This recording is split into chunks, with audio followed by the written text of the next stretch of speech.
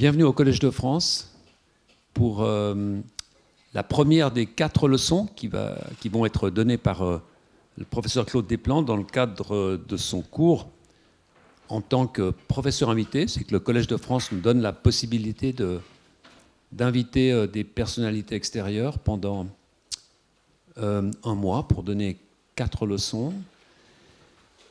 Comme l'année passée, vous vous souvenez peut-être, certaines d'entre vous, le professeur Choubine venait d'une institution qui est une institution partenaire du Collège de France, de l'Université de Chicago.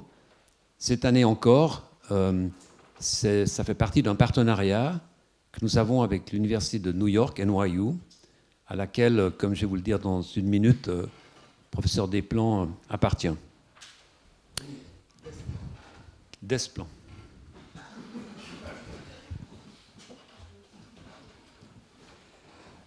Avant que je vous dise quelques mots sur le professeur Desplan, j'aimerais vous dire une chose importante, c'est que ces 4 lectures seront enregistrées, comme tous les cours du Collège de France en fait, et mises à disposition sur le site du Collège de France. Et par conséquent, je vous prierai de ne pas interrompre et de ne pas poser de questions pendant la conférence, puisqu'en fait ces questions ne sont pas audibles et interrompre l'enregistrement. Par contre, vous aurez tout le temps de poser toutes les questions qui vous semblent pertinentes à la fin, puisqu'il y a une grande session de questions-réponses qui est prévue. Alors, quelques mots sur Claude Desplan. Claude étudie à l'école normale à Saint-Cloud il y a quelques années. Passe l'agrégation, fait une thèse à Paris en biochimie, biologie moléculaire. Et puis je pense qu'un des tournants majeurs de sa carrière sera son départ pour un stage postdoctoral en Californie, à l'Université de San Francisco, dans le laboratoire de Patrick O'Farrell. Et c'est là qu'il va vraiment se familiariser à la génétique de la mouche.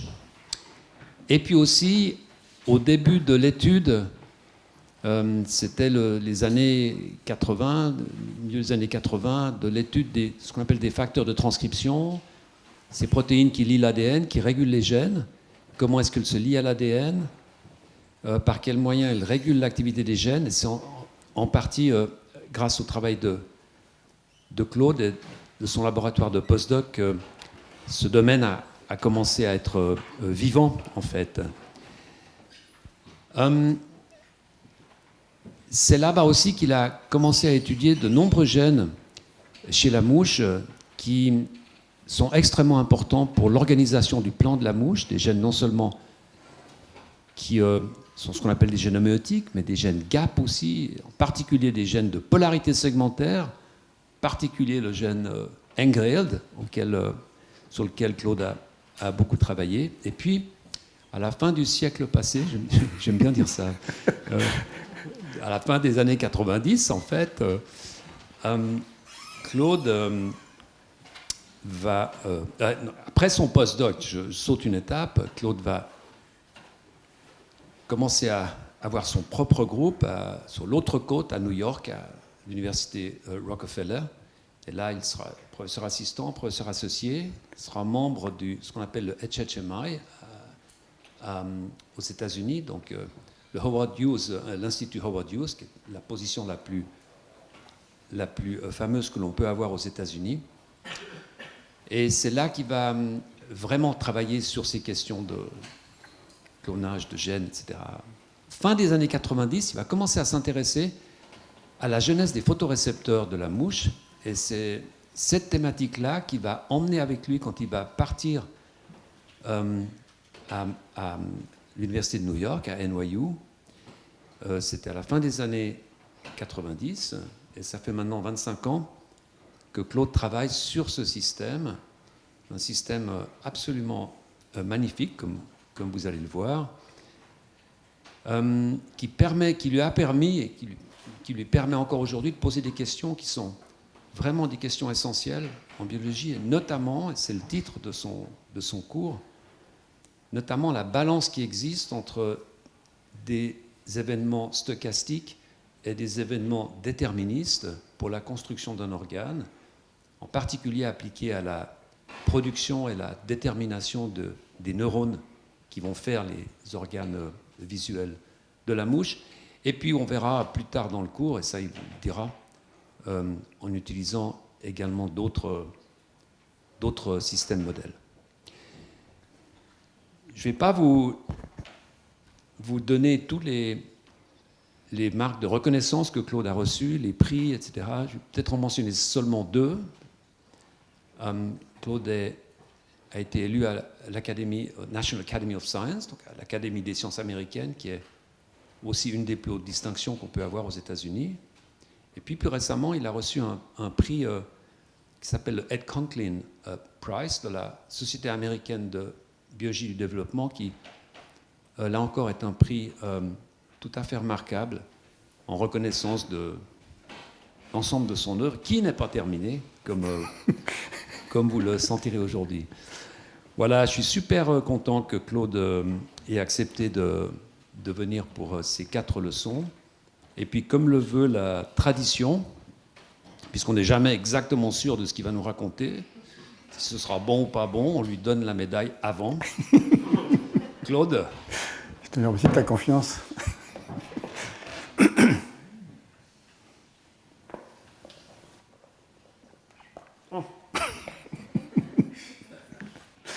Écoute. Je donne la médaille si on arrive à ouvrir la boîte. Bon, c'est la médaille.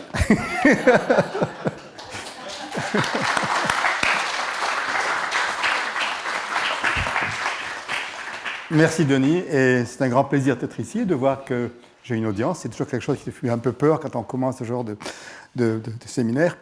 C'est aussi une des rares fois où je dois parler en français. Et grâce à Claude, j'ai réussi à traduire toutes mes diapositives de l'anglais au français. Et donc, je vous recommande très fortement Claude, not me. Okay. Donc, je vais vous parler pendant ces 4 cours de ce que l'on fait au niveau de la détermination de la diversité des gènes. Et ça va être, en fait, voir un nombre de projets qui sont assez différents, qui, d'une part, comparent le système visuel dans le drosophile, mais aussi le comportement d'animaux eusociaux, qui sont les fourmis, et aussi le développement du système olfactif chez les fourmis. Donc vous verrez qu'il y a une certaine cohésion dans tous ces différents séminaires, mais peut-être que ce n'est pas évident a priori, donc vous le verrez à la fin si vous pouvez continuer à venir. D'accord ? Donc ça, c'est les différents cours que je vais avoir, je reviendrai là-dessus. Donc aujourd'hui, on va parler avant tout, comme disait Denis, de détermination déterministe des neurones, et la semaine prochaine, on parlera beaucoup plus de détermination plus stochastique. Ensuite, on va passer un petit peu au niveau de la fourmi, qui en fait a un cerveau qui est complètement différent d'un certain côté de la mouche, de celui de la mouche, dans la mesure où c'est avant tout un système de communication par phéromones, et donc elle a adapté son système olfactif à ce système, et aussi tout le système qui traite l'information olfactive pour pouvoir vivre en société.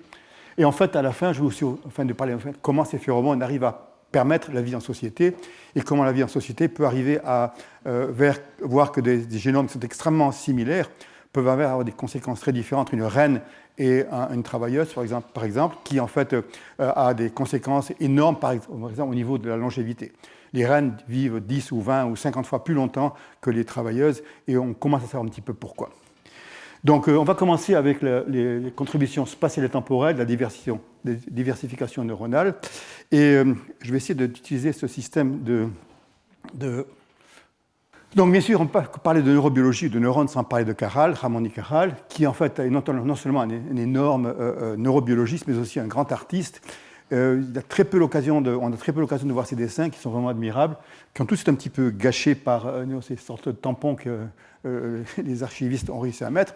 Mais il y a toutes sortes de dessins qui sont vraiment très beaux et très intéressants, et qui disent de l'autre pas mal de choses. Donc il a un peu regardé le système nerveux de tous les animaux, de l'homme, des souris, des fourmis, de n'importe quel animal. Mais on va se concentrer un petit peu aujourd'hui sur une comparaison entre l'homme et les insectes. Donc le cerveau humain a 80 milliards de neurones, 81 ou 100 milliards de neurones, d'accord ? C'est énorme, et c'est vraiment très compliqué et difficile à utiliser. Et d'autre part, dans cette image très belle de Frank Pauleux, vous avez ici un neurone, et vous voyez que ce neurone, chacun des points verts ici, représente une synapse d'un autre neurone qui le connecte. Et en fait, ils ont réussi à compter qu'il y avait à peu près 8000 synapses excitatrices et 1000 synapses inhibitrices. Ça veut dire que chaque neurone reçoit en moyenne 10 000 synapses d'autres neurones. D'accord ?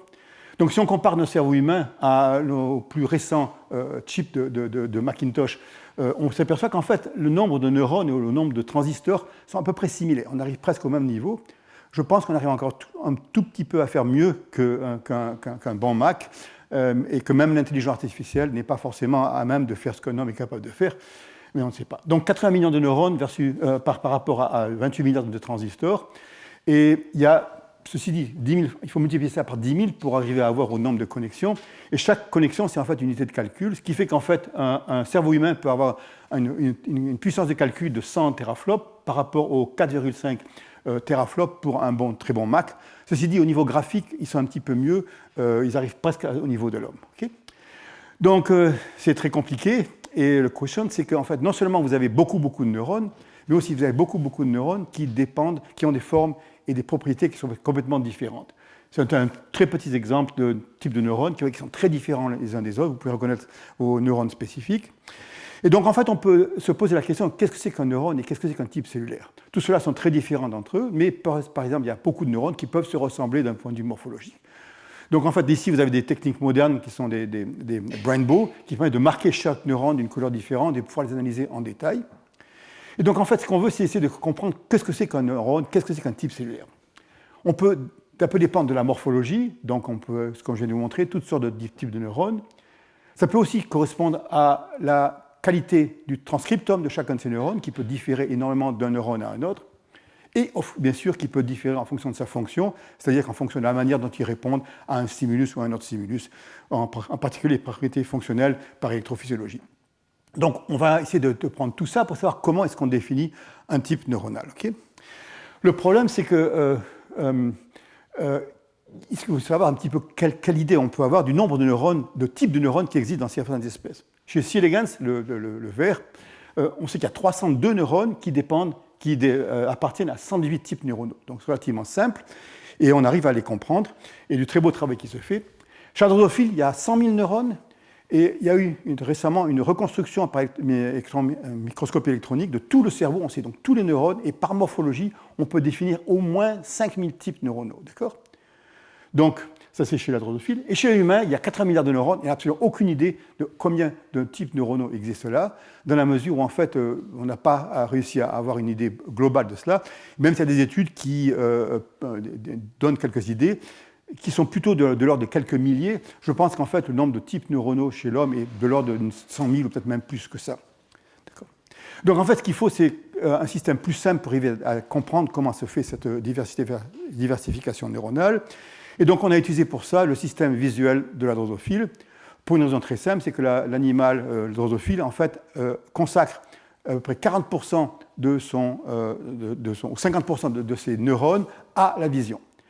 Quand on voit la grande vitesse et de façon acrobatique dans l'air, on a intérêt à avoir un très bon système visuel. Donc, c'est le système visuel de la drosophile, qui en fait est un système qui a de très nombreux avantages, dans la mesure où il est relativement simple, de l'ordre de 50 000 à 60 000 neurones, et qui est organisé de façon très hiérarchique, dans la mesure où vous avez d'abord la rétine, avec l'œil, d'accord ? Vous avez 800 unités de détection, qui sont en fait 800 photorécepteurs, qui détectent en fait 800 pixels. Okay. Ces 800 pixels, vous voyez, en fonction, qui sont marqués par le signal vert que vous avez ici, qui en fait marque les photorécepteurs. Les photorécepteurs chez la drosophile sont aussi des neurones, donc en fait ils projettent dans les parties plus basses du système olfactif. Et ces neurones, ces 800 photorécepteurs, ou groupes de photorécepteurs qui chacune détectent une pixel, vont projeter en fait à une première partie qui s'appelle la lamina, qui va essentiellement traiter de l'information concernant la détection du mouvement. Quand on voit là à très grande vitesse, on a le monde qui tourne autour de nous, donc on a besoin de voir le monde de façon précise. Et en fait, ça aussi projette un peu plus bas, dans la médula, où en fait on va avoir la détection de la couleur, les mouches sont capables de voir les couleurs, mais aussi bien sûr de traiter au deuxième niveau la détection du mouvement qui vient de la lamina. En fait, la médulla, c'est la partie la plus compliquée, la plus complexe même du système visuel, et qui est aussi, comme la lamina et comme l'œil, composée de 800 unités indépendantes. Donc en fait, un énorme avantage ici, puisqu'en fait, ce qu'on a, c'est que entre l'œil, la lamina et la médulla, vous avez toujours 800 circuits en parallèle qui chacun est capable de traiter l'information pour une pixel. Okay. Donc ça veut dire que c'est un système qui est très favorable, dans la mesure où on n'a pas un exemple, on a 800 exemples qui sont pratiquement exactement les mêmes partout. Et ensuite, bien sûr, l'information va être envoyée au cerveau central pour pouvoir en fait arriver à avoir une réponse de comportement au système visuel, à la détection de ce qu'ils ont vu. D'accord ? Ok, donc ça c'est le système. Et le problème, c'est comment est-ce qu'on peut arriver à comprendre la diversification des neurones dans ce système. D'accord ? Donc il y a une cinquantaine d'années, Fischbach, qui est en fait pratiquement un élève de Caral, a utilisé ce système de Golgi staining. C'est-à-dire que c'est un système de Golgi, c'est un truc un peu incroyable, qui a été en fait développé par Golgi et utilisé beaucoup par Caral, qui tous les deux ont partagé le prix Nobel, même s'ils se détestaient cordialement. Et donc Fischbach a réutilisé ce système qui en fait consiste à traiter les cerveaux avec un nitrate d'argent qui va pénétrer dans un neurone par-ci, par-là, ce qui fait qu'en fait on va avoir un système très sparse. Comment on dit sparse? Enfin, bref, ok. Donc très distribué, où en fait on va avoir un neurone à la fois, et il arrive à reconstruire tous les neurones qui existaient, ou la plupart des neurones qui existaient. Donc c'est une sorte d'illustration ici, on voit ce qu'il a fait, donc toutes sortes de neurones qu'on peut catégoriser en fonction de où est-ce qu'ils projettent, leur forme, etc. D'accord ? Donc ça, c'était en fait dans les années 80, mais il y a à peu près 10 ans, une technique que je pense que vous connaissez tous maintenant, qui est le séquençage d'ARN dans des cellules individuelles, est venu sur le marché. Et je dois avouer que mon laboratoire, qui en fait n'était pas très tenait pas trop à faire beaucoup de génomique, a complètement changé d'idée. En fait, avant de nous lancer dans le single cell sequencing, qui est en fait, on est parmi les premiers à faire ça, en fait, on n'avait jamais fait un transcriptome ou quoi que ce soit, mais en fait, la puissance de cette technique est vraiment incroyable. Donc, je vous le rappelle, à quoi ça consiste. En fait, c'est par un microfluidics. Ce que vous avez, c'est en fait des neurones individuels vont être mis dans une gouttelette avec une bille qui est unique, qui va marquer tous les ARN de cette cellule par une sorte d'étiquette. Et donc, ce que vous allez avoir, c'est à la fin des 1000, 10 000, 100 000, 1 million de petites gouttelettes qui chacune vont contenir une cellule et un marquage d'ADN qui va permettre de marquer chacun des ARN de cette cellule. Et donc, une fois qu'on a fait ça, il y a aussi un milieu qui permet de faire une liste de la cellule. Et vous pouvez extraire les ARN et tout ça mélangé ensemble. Et comme ils sont tous marqués par cette étiquette qui vient de ces billes, qui contiennent ces marques, on va pouvoir séquencer tout ça et enfin avoir le transcriptome individuel de 10 000, 100 000, 1 million de neurones. Donc, bien sûr, c'est beaucoup d'informations, mais on peut traiter cette information et regrouper toutes les cellules qui, en fait, contiennent le même type de transcriptome. Et donc, dans le cas de systèmes qui nous intéressent, dans le cas du système visuel optique, ce que vous avez ici, c'est à peu près 250 clusters, c'est-à-dire 250 groupes de cellules qui ont le même, ou des transcriptomes très reliés, et qui correspondent à environ 250 types cellulaires. Ce que vous voyez ici, c'est quelque chose vous avez sûrement vu beaucoup de transcriptomes de single cell sequencing, mais ce qui est étonnant ici, c'est qu'en fait, tous ces groupes de neurones sont en fait bien séparés l'un des uns de l'autre. Ce qui n'est pas souvent le cas, parce que souvent, il y a une sorte, par exemple, chez l'homme ou chez la souris, vous avez une sorte de masse on peut arriver à colorer différents clusters, mais il y a une sorte de continuum, c'est très difficile de séparer les différents clusters les uns de l'autre. Chez nous, tout se passe bien dans la mesure où il semble qu'en fait chaque type cellulaire soit bien séparé, bien distinct au niveau transcriptome. Okay. Donc vous avez en fait différentes tailles de groupes de ces neurones. Certains sont plus gros, certains sont moins gros. Simplement, ça représente la stoichiométrie de ces neurones dans le lobe optique. En fait, vous voyez qu'il y a tous une sorte de maximum de taille qui correspond à tous ces gros groupes de neurones. Et ça correspond à tous les neurones pour lesquels il y a un neurone pour chacune des 800 colonnes. D'accord ? Il y a peu de neurones, il n'y a pas de neurones, mais en fait, il y a 2 neurones par colonne. Ils sont tous au maximum 1, et tous les autres plus petits correspondent à des stoichiométries qui sont plus basses, où en fait, il y a un neurone pour 10 ou 20 ou 30 colonnes de pixels. Okay. Donc ça, c'est bien, sauf que donc on a une information assez énorme là. Et d'autre part, donc ce qui est un petit peu différent de ce qu'on voit chez l'homme, où en fait, chez l'homme, on arrive à avoir quelques clusters, mais c'est tellement compliqué et qu'on n'a pas assez de cellules, même si on a des millions. Le Allen Institute à Seattle a fait des choses énormes au point de vue de trouver le transcriptome de chacune des cellules humaines, mais on n'arrive jamais à en avoir assez pour les séparer bien les autres. Donc des cellules qui sont très proches d'un point de vue fonctionnel ou d'un point de vue transcriptome sont difficiles à séparer, et on y arrivera un jour, mais pour l'instant on n'y est pas là. On arrive à séparer par exemple ce qui se passe entre par exemple les neurotransmetteurs, donc par exemple vous verrez les neurones glutamatergiques ou cholinergiques, vous arrivez à avoir des groupes de neurones, mais vous n'arrivez pas à avoir le même système que vous avez ici, où chacun des neurones est vraiment représenté un cluster qui est bien défini par rapport aux autres. D'accord ? Un petit truc qui nous a un petit peu embêté, malgré tout, c'est qu'au milieu, vous avez cet énorme cluster ici, le bleu, qui est marqué T4, T5. Et en général, quand vous voyez ça dans ce type d'expérience, c'est en fait un peu une sorte de bruit de fond. C'est en fait tous les ARN qui sont échappés de ces billes, qu'ils arrivent à tout. Mais en fait, c'est pas vrai, parce qu'en fait, c'est ce groupe ici, ce gros groupe, on sait en fait quelques neurones ce sont. Ces neurones T4 et T5, qui sont en fait 8 neurones types neuronaux, qui sont très importants, parce qu'en fait, ce sont les neurones qui arrivent à détecter le mouvement de la drosophile. On sait qu'il y en a 8. Je vais vous expliquer pourquoi. Ceci dit, elles sont tous groupées d'un seul côté. On se pose la question, pourquoi ces 8 neurones qui font des choses très différentes, qui détectent des mouvements très différents, pourquoi sont-ils groupés tous ensemble comme ça, d'accord ? Donc, on peut arriver à... Donc, le problème, c'est que quand on a ce genre d'expérience, c'est qu'on arrive à avoir un transcriptome, on sait qu'il y a des cellules qui correspondent à ce transcriptome, mais on ne sait pas a priori quel type de neurone ce transcriptome correspond. Donc il y a tout un travail à faire, d'isoler des gènes qui sont spécifiques, qu'on trouve uniquement dans le cluster rouge, par exemple, ou le cluster orange, et d'arriver à voir dans quel neurone ce gène est exprimé. Donc petit à petit, on a réussi à reconstruire pratiquement tout et savoir en fait mettre un nom sur chacun des neurones qui existent dans le système. D'accord ? Donc on en est là, mais ceci dit, je vous dis, le T4, T5, c'est quelque chose qui nous a un petit peu embêtés, puisqu'on ne comprenait pas pourquoi toutes ces cellules, ces 8 cellules types cellulaires sont groupées ensemble.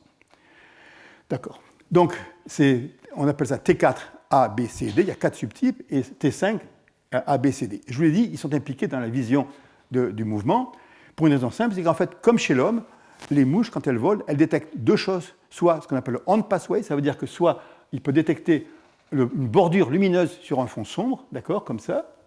Ça, c'est les cellules T4 qui font ça. Par contre, les cellules T5, elles font le contraire. Elles arrivent à détecter un bord sombre sur sur un fond clair, d'accord. Donc, les T4 et T5 sont ces neurones qui sont ici, ok, et qui, en fait, arrivent à récupérer l'information qui vient de la rétine et qui a été partiellement traitée par les étapes précédentes et qui va arriver à déterminer soit le on pathway, soit le off pathway, c'est-à-dire que soit le mouvement d'une brillance ou de quelque chose de sombre sur un autre fond. D'accord ?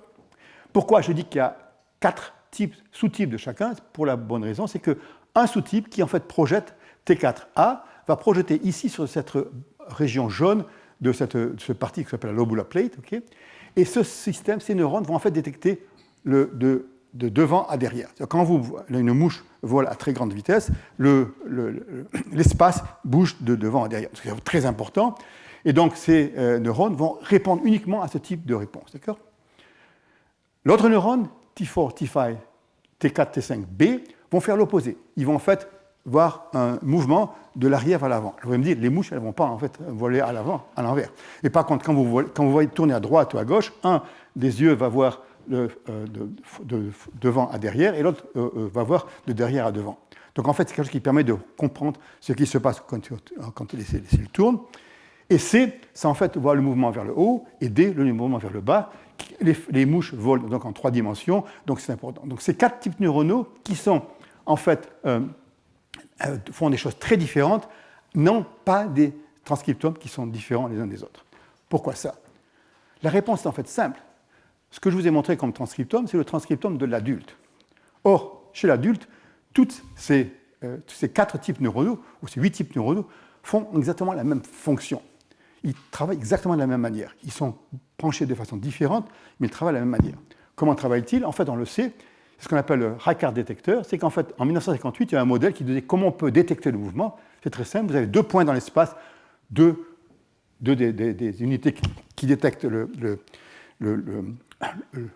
la lumière, donc tu as une pixel, 2 unités, une qui est là, une là, et si vous avez un système, quelque chose qui vole de gauche à droite, par exemple, il va d'abord stimuler un photorécepteur à gauche, et celui de gauche va en fait avoir un retard de quelques millisecondes qui va permettre d'attendre que celui de droite arrive au même moment, et donc il y aura ce qu'on appelle un coincidence detector.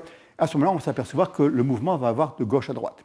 Si vous avez un point qui va de l'autre côté, de droite à gauche, les 2 points n'arriveront pas en même temps, et donc vous saurez que ce n'est pas un mouvement de droite à gauche.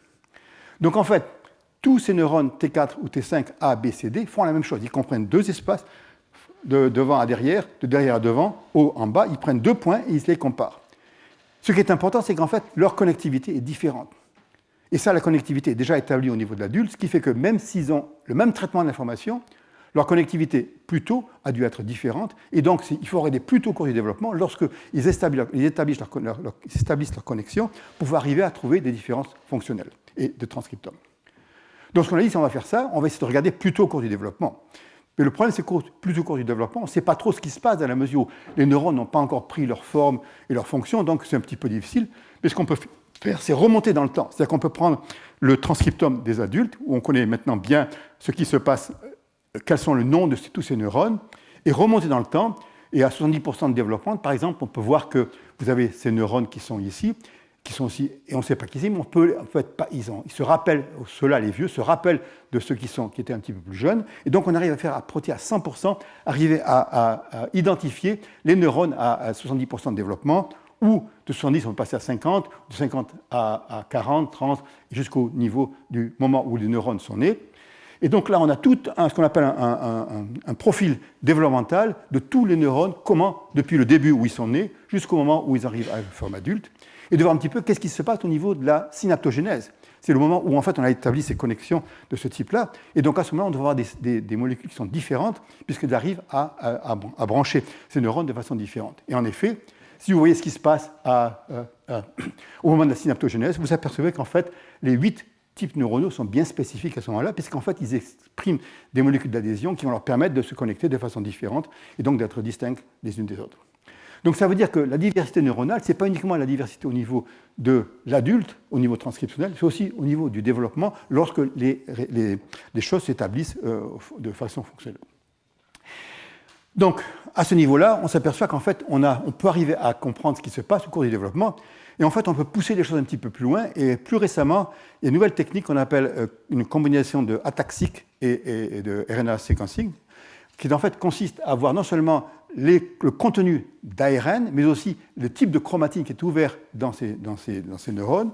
Et ça, pour une raison qui est un petit peu pratiquement impossible à comprendre, on arrive à avoir une résolution qui est encore plus grande que par simplement essayer de tenir compte du contenu en transcriptionnel.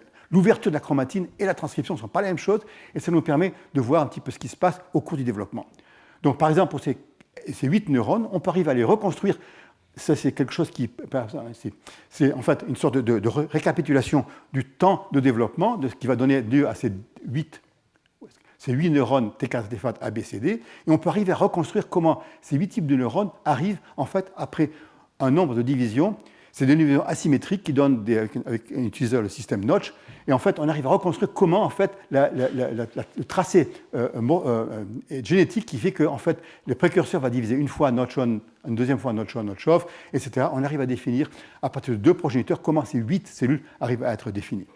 Donc, on a quelque chose de très puissant qui va nous dire comment on peut reconstruire la genèse, la neurogénèse de ces différents types cellulaires. C'est un des exemples, 8 cellules uniquement, mais on va arriver à comprendre un petit peu comment ça se passe. Donc, à ce moment-là, ce qu'on va dire, c'est que la question, c'est comment est-ce que cette énorme diversité, 250 neurones, types neuronaux, qui se ressemblent, c'est tous des neurones, mais ils sont tous différents les uns des autres. Chez l'homme, il y a peut-être 5 000, 10 000, 50 000. Comment est-ce que le génome des 24 000 gènes que nous et les mouches partagent, comment ces 24 000 gènes peuvent arriver à coder l'information pour arriver à ce que tous ces neurones soient différents les uns des autres, et comment, un autre problème, arriver à ce que ces neurones qui sont tous différents les uns des autres arrivent à se connecter les uns avec les autres. Donc, est-ce qu'il y a en fait dans le génome assez d'informations pour pouvoir arriver à faire ça ? Je vais essayer de vous donner une réponse qui sera en fait, oui, il y a assez d'informations, mais bon, il faudra peut-être moduler un petit peu ça. Okay. Donc, la deuxième question, c'est comment ils trouvent leur cible synaptique. Je ne vais pas trop en parler jusqu'à présent, mais on verra qu'éventuellement, on peut utiliser les mêmes concepts qui permettent de spécifier la morphologie, la fonction et le transcriptome de ces neurones, qui peut être aussi impliqué dans la manière dont ces neurones vont arriver à trouver leur cible. OK. Donc, la question qu'on peut se poser, c'est à laquelle je vais répondre, c'est est-ce que la diversité neuronale était déterministique, c'est-à-dire qu'elle s'est vraiment encodée précisément dans le génome, ou est-ce qu'il y a une partie stochastique qui permet d'augmenter, si vous voulez, le nombre de possibilités. Et en fait, dans quelle mesure l'environnement, l'activité des neurones, par exemple, peut arriver à augmenter cette diversité neuronale. Et on sait maintenant de plus en plus, en particulier par tout ce qui concerne les organoïdes, et Denis fait ça très bien, c'est qu'en fait, on arrive à avoir une sorte d'auto-organisation, une sorte de jeu entre les différentes celles qui sont spécifiques, qui vont interagir entre elles pour arriver d'une manière qu'on ne comprend pas du tout, comment elles arrivent à s'auto-organiser pour former quelque chose aussi complexe qu'un cerveau humain. Ok, donc la question que je vais vous poser maintenant, c'est comment peut-on arriver à trouver les mécanismes qui vont permettre de créer la diversification de tous ces neurones. En fait, cette question a été posée il y a pas de très nombreuses années sur la moelle épinière des mammifères, de la souris. Et vous voyez, au niveau de la moelle épinière de la souris, vous avez en fait, c'est une coupe dans une section de la moelle épinière, et vous avez ici en vert les motoneurones, et ensuite en jaune et en rouge, vous avez les neurones, les interneurones qui permettent de connecter entre les inputs sensoriels et les inputs moteurs de ces motoneurones. Et donc, vous avez en fait les motoneurones qui sont spécifiés en bas de la corde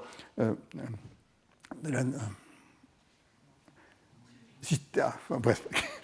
Ensuite, vous avez les différents types d'interneurones, et ensuite les neurones en fait sensoriels, ceux qui en fait vont en innerver pour sentir ce qui se passe au niveau des doigts ou au niveau des muscles, attention. Ça va venir d'un chose un petit peu différent, ce qu'on appelle la crête neurale. La crête neurale qui est en fait des neurones qui proviennent de là et qui vont être en dehors de la corde neurale et qui vont arriver à innerver les muscles et les parties sensorielles.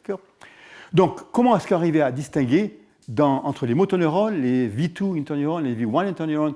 En fait, ça, c'est dû à quelque chose de relativement simple, c'est qu'en fait, il y a un gradient d'un morphogène qui est exprimé au niveau du bas de la moelle épinière et qui va en fait faire un gradient de morphogène qui va permettre de définir ce qui se passe ici. Donc, ce gradient de morphogène, c'est ici illustré.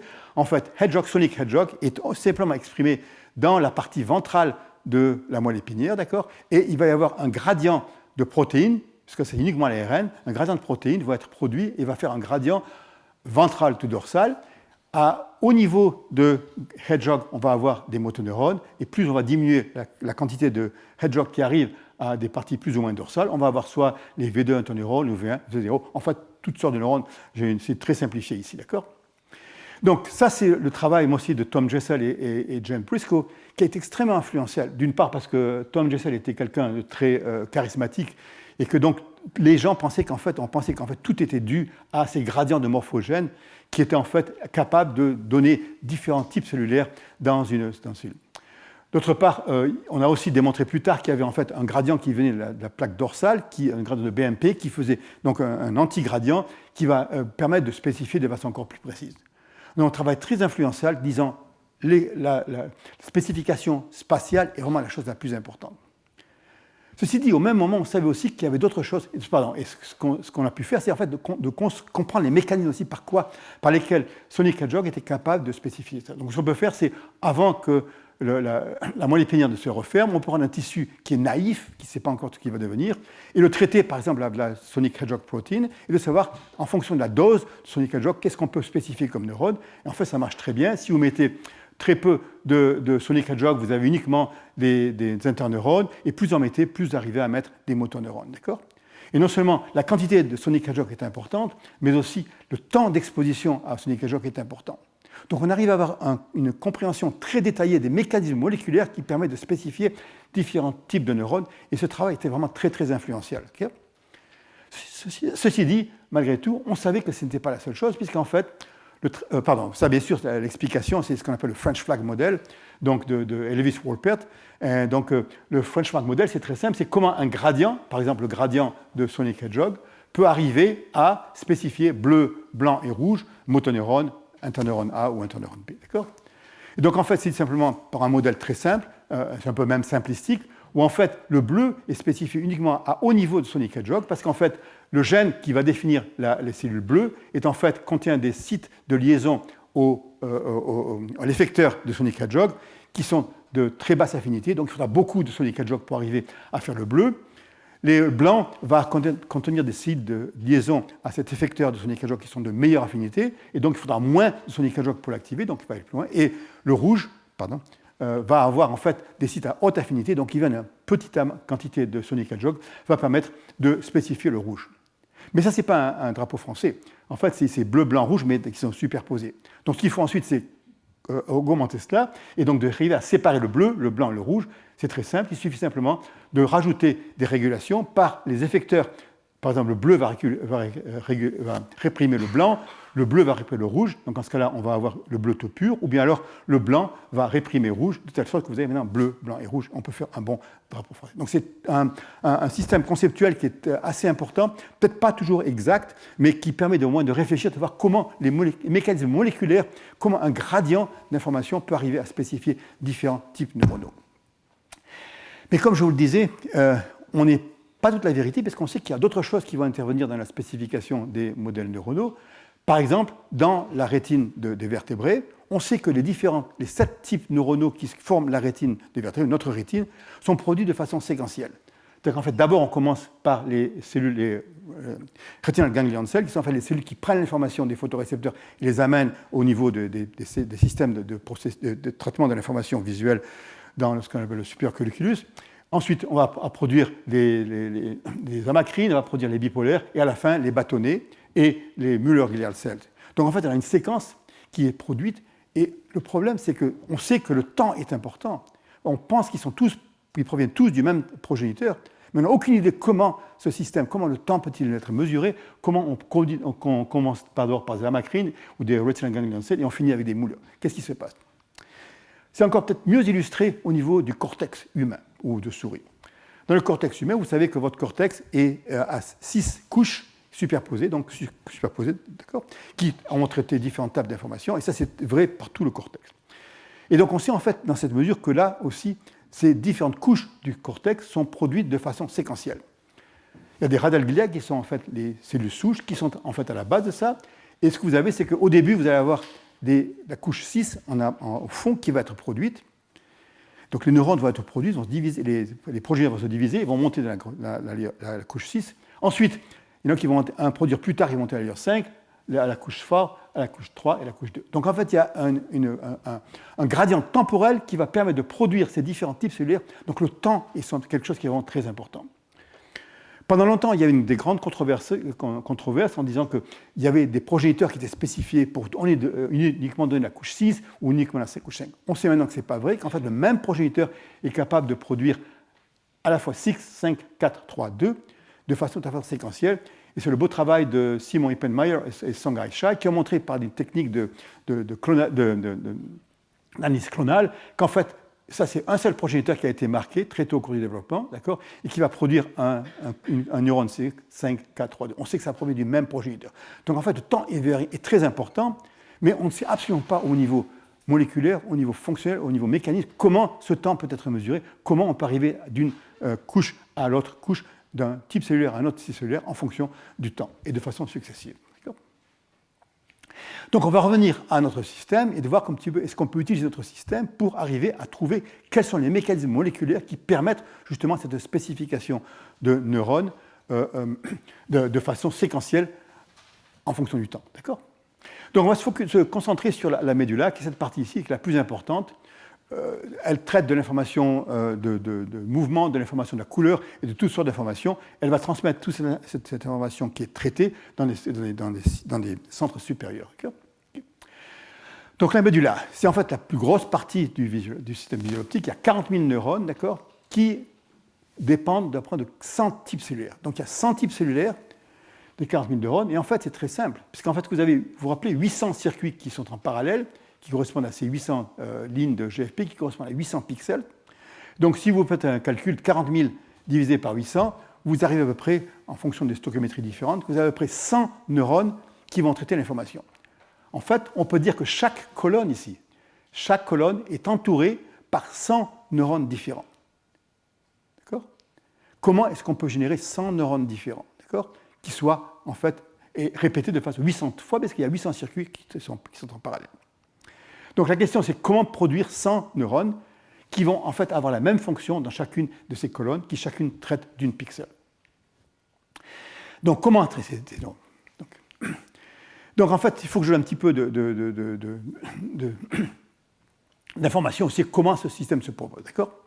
Donc ces cellules, ces neurones qui sont produits, ces 100 types de neurones, proviennent en fait de progéniteurs, de cellules souches, qu'on appelle des neuroblastes chez la drosophiles, donc de cellules souches. Et ces cellules souches, en fait, de façon très intéressante, qui va être très utile pour nous, proviennent en fait d'une vague de neurogénèse qui va affecter un croissant de neuroépithélium. Donc, c'est des cellules qui sont prêtes à devenir des neurones. Donc, en rouge ou en rose, vous avez un neuroépithélium, dans cellule neuroépithéliale.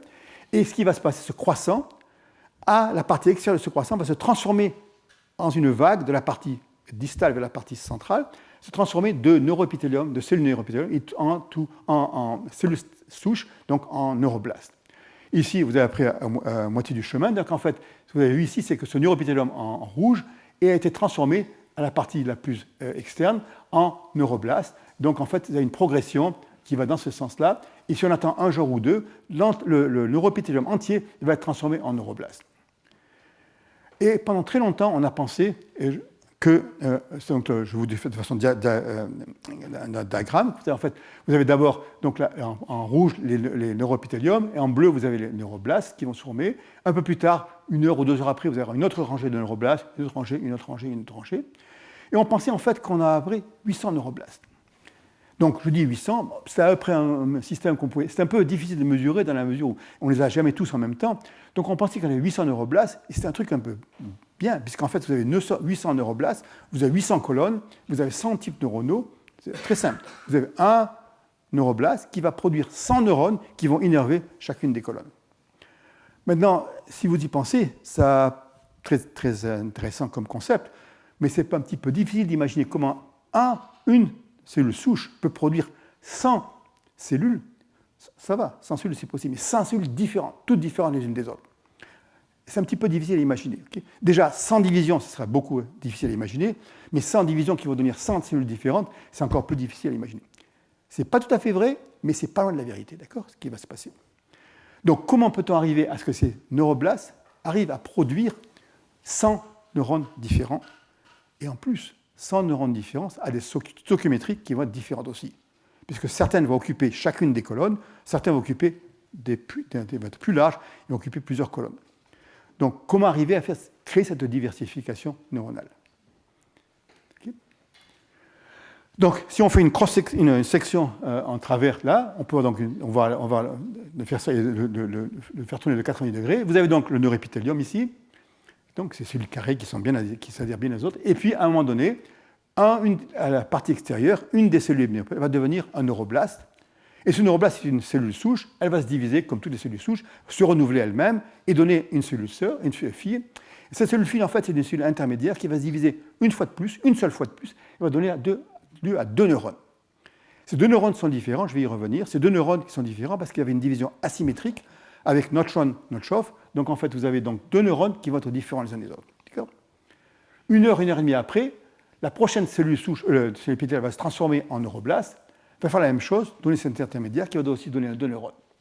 Mais le premier neuroblaste, il ne s'est pas arrêté, il va continuer à se diviser. Il va se diviser, il va donner encore 2 neurones de plus.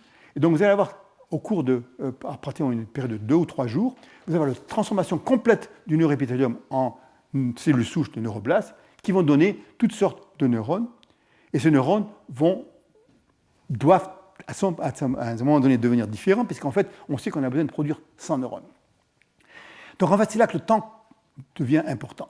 Parce qu'en fait, vous avez ici ces neuroblastes, ici, ils sont en fait tout jeunes. Ils viennent juste d'être transformés du neuroépithélium. Ils sont tout jeunes. Ils ont à peine produit des neurones, alors que ceux-là sont beaucoup plus anciens, sont beaucoup plus vieux, et donc ils ont produit d'autres neurones. Mais en fait, ce vieux neurone, à un moment donné, il a été jeune, comme tous, nous tous. Et donc, quand il était jeune, il ressemblait en fait à celui-là. D'accord? Donc, ce que je vais essayer de vous démontrer, c'est qu'en fait, ce qui compte, ce n'est pas là où les neurones sont placés, les neuroblastes sont placés, mais c'est quel âge des neuroblastes qui va en fait, donc le temps va être mesuré pour produire différents types neuronaux. OK. Si en fait on marque par des questions, des systèmes, on peut marquer un des neuroblastes spécifiquement, donc c'est des choses qu'on peut faire assez facilement en chardrophile. On va donc marquer ce neuroblaste et toute sa progéniture, et on peut voir ici ce qui se passe. Vous avez un neuroblaste qui est ici, et je vais vous en montrer la semaine prochaine beaucoup plus. On va montrer un neuroblaste et toute une colonne de neurones, après une cinquantaine de neurones, qui vont être dessous, et ces neurones, vous le verrez, sont tous différents les uns des autres. Mais comment ces neurones peuvent être différents en fonction de leur âge? OK. Donc, en fait, on n'avait pas complètement sans concept pour essayer de comprendre ça.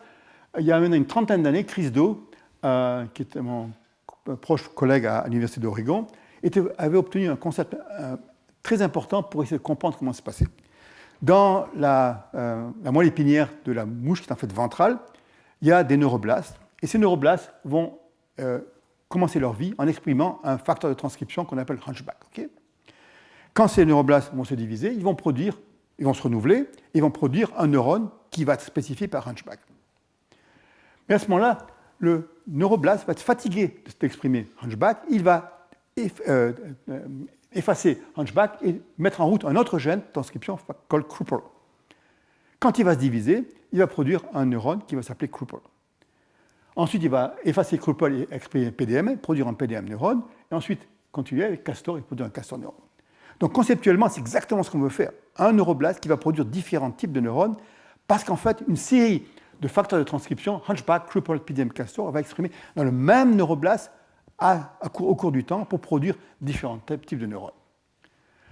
Quand ce système est apparu à la fin du millénaire dernier, donc je crois que c'est en 2000, les gens étaient très intéressés parce qu'en fait, ce qu'on voit ici, c'est exactement ce qu'on pourrait imaginer, ce qui se passe dans le cas du cortex humain, où en fait, le même progéniteur est capable de donner couche 6, 5, Fa, 4, 3, 2. Le même progéniteur peut changer les types de neurones qu'il produit dans les différentes couches. Donc ce serait un système très important pour essayer.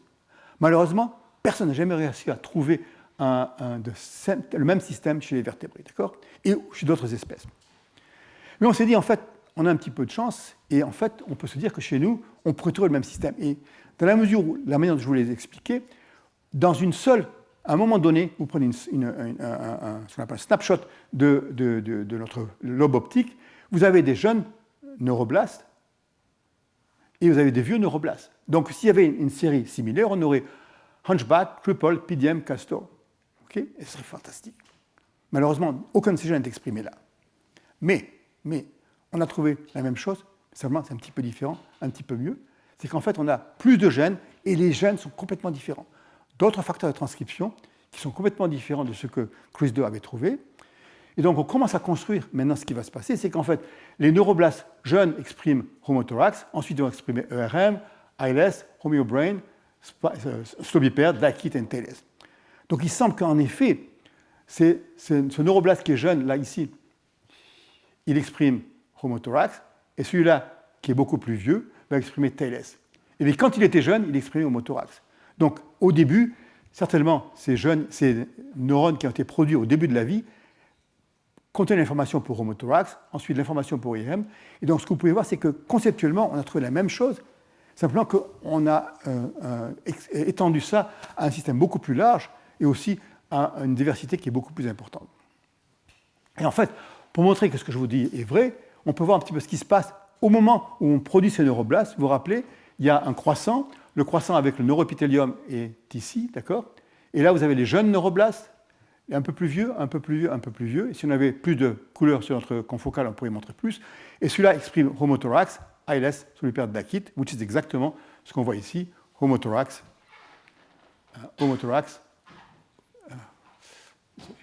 ILS, sous l'hyper Dacite. Okay, c'est bien. Okay. Donc, on a trouvé un moyen qu'en fait, on pouvait produire différents types de neurones en fonction de l'âge de ces neuroblastes. Okay, et on peut le montrer qu'en fait, c'est vrai, puisqu'en fait, et si vous attendez un peu plus longtemps, si on attendait quelques jours, tous les rouges vont devenir bleus, tous les bleus vont devenir bleu clair, et tous les bleus clairs vont devenir rouges de nouveau, et vice-versa, les rouges étaient, il y a quelques jours, orange ou bleu, d'accord? Donc, en fait, on a un système qu'on commence à comprendre au niveau fonctionnel, au niveau moléculaire. En fait, c'est un système très simple, c'est qu'en fait, on a une séquence de ces gènes, homothorax, alias sous-période d'Achilles-Télès. Et ce qu'on peut faire, c'est montrer qu'est-ce qui se passe si on enlève un de ces facteurs intermédiaires. Par exemple, si on fait une mutation dans le sous-bipède, dans SLP, qu'est-ce qui se passe? En fait, le neuroblast continue à se diviser, mais il reste coincé à l'étape précédente. D'accord? Donc, ce qui se passe, en fait, c'est que le neurone blast qui exprime le gène X va activer le gène X plus 1 et va réprimer le gène X minus 1. Donc, en fait, il y a une progression qui est un simple réseau de transcription, de contrôle de transcription, où un gène active le prochain et réprime le précédent, et ça permet au système d'avancer de façon systématique, d'avancer de façon progressive de la première étape à la dernière étape, et tous les gènes qu'on a identifiés ici suivent ce modèle-là.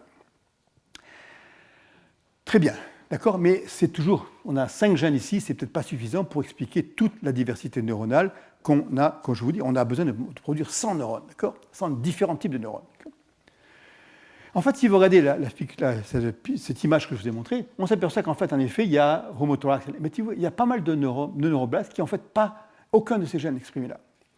Et en fait, c'est un petit peu normal parce qu'en fait, la manière dont on avait trouvé ces 5 ou 6 gènes, c'est parce qu'on avait des bons anticorps dans le frigidaire et qu'on a un petit peu essayé tout ce qu'on avait et qu'on avait trouvé ça un petit peu par hasard. Donc, c'est absolument pas systématique. Donc, la question, est-ce qu'on peut avoir une approche plus systématique pour savoir quels sont en fait tous les gènes qui sont exprimés de la partie des plus jeunes aux plus vieux, et d'avoir une vision de tout ça. Mais en fait, l'information est là. Tous ces gènes vont exprimés dans ces neuroblastes qui sont tous présents à un temps donné du développement. Il suffit de prendre ce système-là et d'utiliser cette technique très puissante de single-cell sequencing, où en fait on va trouver le transcriptome de chacun des neurones depuis les plus jeunes jusqu'aux plus vieux, et on pourrait arriver à trouver ce qui se passe au niveau de cette progression des facteurs de transcription. Passons à l'acte. En fait, ce qui se passe, vous avez ici un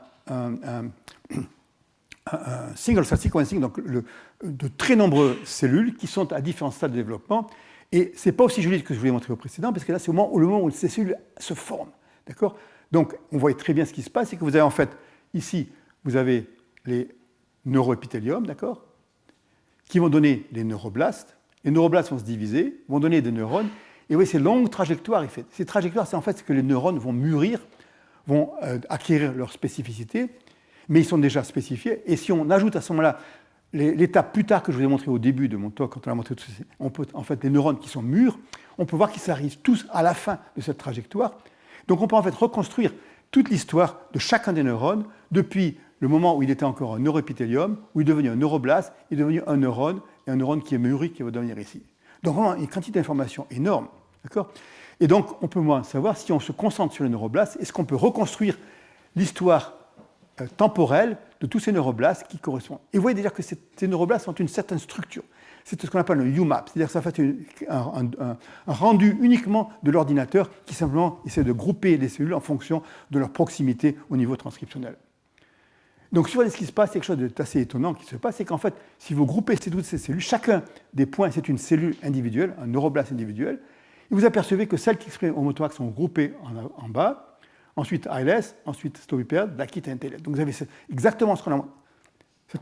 Cette image qui est ici, c'est exactement ce que l'ordinateur nous redonne. Il nous redonne exactement la même chose. Sauf qu'une est complètement artificielle, l'autre est purement naturelle. Et comme je vous le disais tout à l'heure, vous voyez qu'en fait, dans cette série temporelle, vous avez des neuroblastes qui n'ont aucun des gènes qu'on avait trouvé. Donc on peut savoir maintenant, en fonction de ça, quels sont les facteurs de transcription qui sont exprimés uniquement dans cette lignée blanche, ou cette lignée blanche, ou cette lignée blanche. Donc en fait, on peut faire ça, et on s'aperçoit en fait qu'on veut identifier tous les facteurs de transcription temporels qui sont exprimés entre les homothorax et ALS, entre ALS et Dachit, etc., etc. Et donc, ce qu'on voit, c'est ça. Donc, c'est à l'échelle en X, c'est en fait le temps. Et on s'aperçoit que les gènes qu'on avait déjà déterminés, homothorax, ALS, stobiperde, Dachit, elles sont là. Et entre les deux, on peut trouver d'autres facteurs de transcription qui sont exprimés de façon temporelle, avec un pic, un autre pic, un autre pic, un autre pic. Et donc, on a en fait reconstruit de façon tout à fait systématique tous les facteurs de transcription qui sont exprimés l'un après l'autre dans chacun des neuroblastes. Donc, chacun des neuroblastes va produire cette série temporelle, d'accord? Et donc, il va donner à chaque fois, de chaque fenêtre temporelle, il va donner un neurone différent. Et ça, c'est on regarde ce qui se passe dessous les neuroblastes, ce sont tous les neurones, et ça rappelle énormément ce qu'on a vu dans le cortex humain, avec les couches 6, 5, 4, 3, 2, 1. On voit simplement qu'il y a différents neurones qui sont produits à différentes périodes de développement. Ok, donc on commence à avoir une idée très précise, non seulement du fait qu'il y a le temps est important, mais aussi comment le temps peut être traduit dans cette évolution des neuroblastes qui vont exprimer l'un après l'autre différents facteurs de transcription. D'accord ?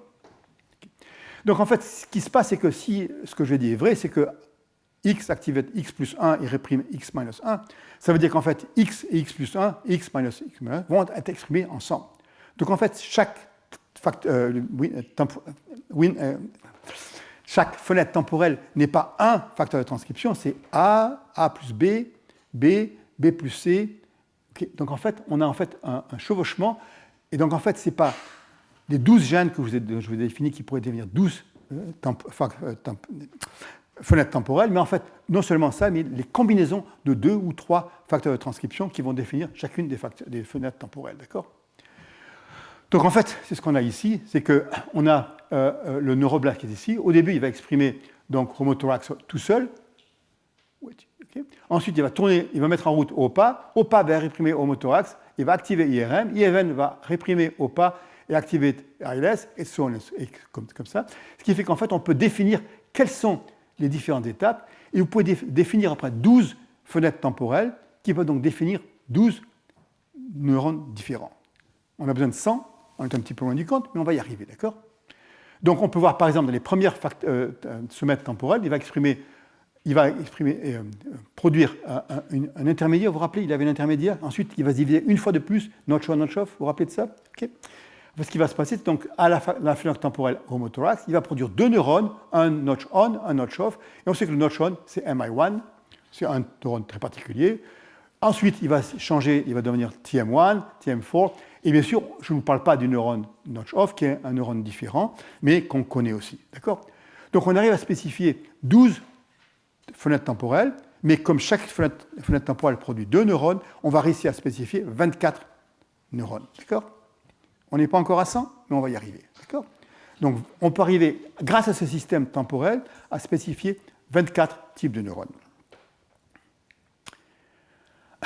D'accord ?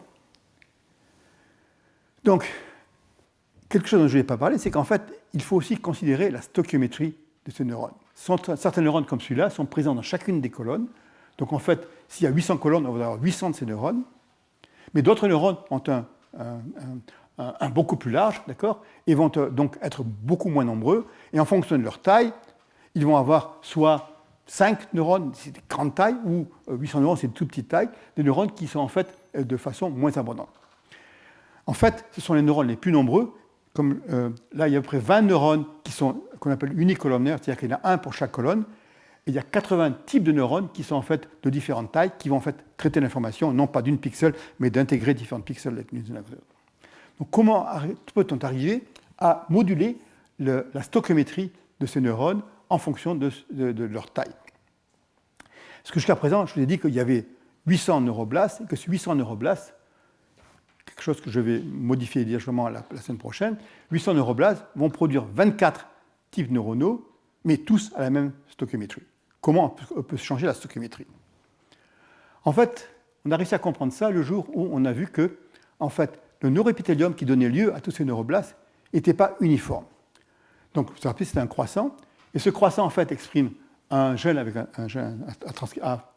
homéodomaine VSX dans la partie centrale, OptX dans la partie moyenne, et RX, 3 facteurs de transcription dans différents domaines de ce neuroépithélium. En plus, on peut définir la partie dorsale ou la partie ventrale. Donc en fait, on peut définir de cette manière-là 6 domaines. On peut avoir RX dorsal, RX OptX dorsal, VSX dorsal, ventral et ventral. Donc 6 domaines. Donc est-ce que ce que je viens de vous dire va changer en fonction de ces domaines? Oui et non. Non, parce qu'en fait, tous les neuroblastes qui viennent de ce neuroépithélium, quel que soit le domaine, le facteur de transcription qu'ils expriment, RX, dorsal, optique, ventral, etc., ils vont tous passer sur le même système de cette séquence de facteurs de transcription. La séquence de facteurs de transcription va exactement les mêmes pour tous les neuroblastes. Donc, ils font tous le même circuit. Donc, il y a 800 neuroblastes qui sont exactement les mêmes en fonction du type de facteurs de transcription qu'ils vont exprimer. Qu'est-ce qui change? Comment on peut produire plus de neurones? En fait, je vous donne un seul exemple. Ça, c'est tous les neuroblastes vont être à l'étape où, en fait, ils produisent le premier gène qui s'appelle homothorax. Okay, donc, les premiers neuroblastes qui ont juste né, et vous verrez peut-être, ils vont produire un neurone qui s'appelle MI1. D'accord? C'est un neurone qui est unicolomnaire. Il y en a 800 de ces neurones. Et en fait, tous les 800 neuroblastes qui sont produits ici vont tous produire un MI1. Stoichiométrie de 1 to 1. Mais par contre, ce que vous voyez ici, c'est qu'il y a d'autres neurones qui vont produire uniquement dans la partie RX, ou la partie dorsale ou ventrale, ou la partie VSX. Et ces trois neurones, en fait, qui sont produits uniquement dans la partie ventrale, vont être des neurones beaucoup plus larges, dans une stoichiométrie qui est beaucoup plus petite. Donc vous avez PM3 dans la partie VSX, PM1 dans la partie RX ventrale, et PM2 dans la partie RX dorsale. Et là, on commence à comprendre ce qui se passe. C'est qu'en fait, chaque neuroblaste, quand il se divise, il va se diviser pour donner un neurone MI1, et tous les neuroblastes vont faire ça, et un neurone qui sera soit PM2 s'il provient de ce domaine, soit PM3 s'il provient de VSX, soit PM1 s'il provient de ventral RX. En fait, ce qui se passe, c'est que le neurone qui ignore l'information spatiale, qui est produit par tout le neuroépithélium, va être celui qui est notch on, alors que ceux qui considèrent d'où ils viennent, qui vont être différents, vont les notch off. Donc, dans la séquence temporelle, vous avez le gène homothorax qui donne la première fenêtre temporelle, qui va se diviser, donner deux neurones, un qui va ignorer l'information, MI1, un qui va considérer l'information spatiale, qui va être soit PM1, PM2 ou PM3. Okay, donc ça permet à cet instant-là de voir comment on peut arriver non seulement à diversifier le type de neurones, puisque là on a 4 neurones produits par une fenêtre temporelle, pas 2, et en plus on peut régler la stoichiométrie, puisqu'en fonction de la taille du domaine d'où ils viennent, on va avoir plus de neurones qui vont être produits ou moins de neurones qui vont se produire. Et en fait, ce que vous avez ici, c'est un diagramme qui récapitule tout ce que l'on a dit, c'est qu'en fait, il y a toutes sortes de neurones qui sont produits soit dans tout, qui ignorent l'information spatiale, par exemple, donc on aura 800 de chacun, ou bien alors qui ne viennent que de la partie optique ventrale ou que de la partie optique dorsale, qui vont être moins abondants, ou des domaines de plus en plus petits. Et à la limite, on arrive à avoir un type de neurone qui est produit seulement dans la partie dorsale de ce petit domaine ici, qui va avoir 5 neurones dans chaque. Donc, si vous voulez, la taille du domaine où ils sont produits va régler la stoichiométrie des neurones.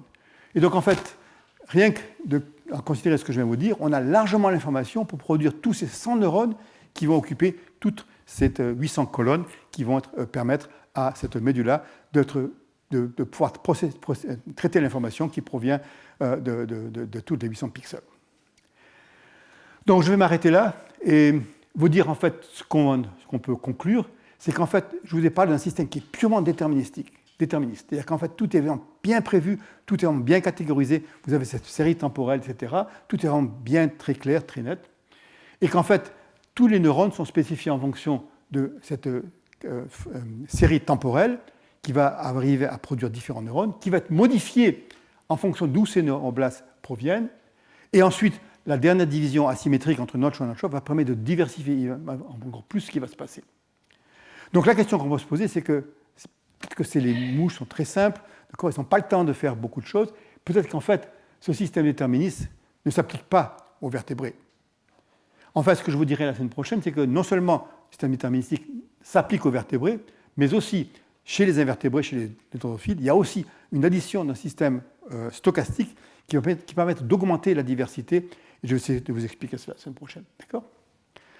Donc, le problème pour passer aux mammifères, c'est qu'en fait, la vitesse de développement des souris ou des hommes est beaucoup plus lente que chez un drosophile. Vous vous rappelez, je vous ai dit qu'en fait, les transitions entre les différentes fenêtres de spécification, c'est de l'ordre de A activé de B, B activé de C, c'est de l'ordre d'une heure et demie.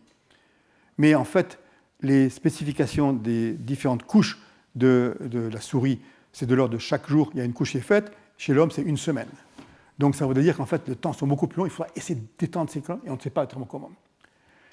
Et d'autre part, on a besoin de beaucoup plus de neurones parce que la diversité cellulaire chez les vertébrés est beaucoup plus élevée que chez les drosophiles. Donc, il faut trouver d'autres systèmes pour essayer d'augmenter cette diversité neuronale qui peut impliquer soit des déterminations stochastiques ou bien alors qui va déterminer peut-être la plasticité, qu'en fait, en fonction de où ces neurones se trouvent, qui va être leur voisin, elles vont peut-être changer leur spécification. Et en fait, chez les vertébrés, il y a encore une sorte de concept que les gens n'arrivent pas à déterminer. C'est en fait, est-ce que les cellules sont déterminées en fonction de leur destin? C'est un petit peu difficile à traduire, c'est cell-fate ou cell-state. C'est qu'en fait, en fonction de l'état de cette cellule, elle peut avoir un transcriptome différent ou en fonction d'une fonction différente. Il nous sera de discuter de cela la prochaine fois. D'accord? Donc, pour en fait, donner crédit à ceux qui ont fait le travail, en fait, c'est assez étonnant parce que 3 des personnes qui ont fait ce travail sont en fait ici à Jacques Monod, travaillent dans le laboratoire de Nikos Konstantinès. Nikos est grec, Félix est bien français et Isabelle est espagnole.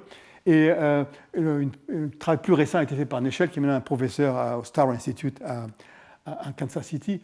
Et d'autres personnes dans le laboratoire travaillent sur d'autres domaines, soit sur le développement neural, soit chez les fourmis, dont je vous parlais à la fin des 2 derniers cours. Et ça, c'est tous les gens qui sont partis du laboratoire, qui ont établi leur laboratoire quelque part dans le monde. Merci.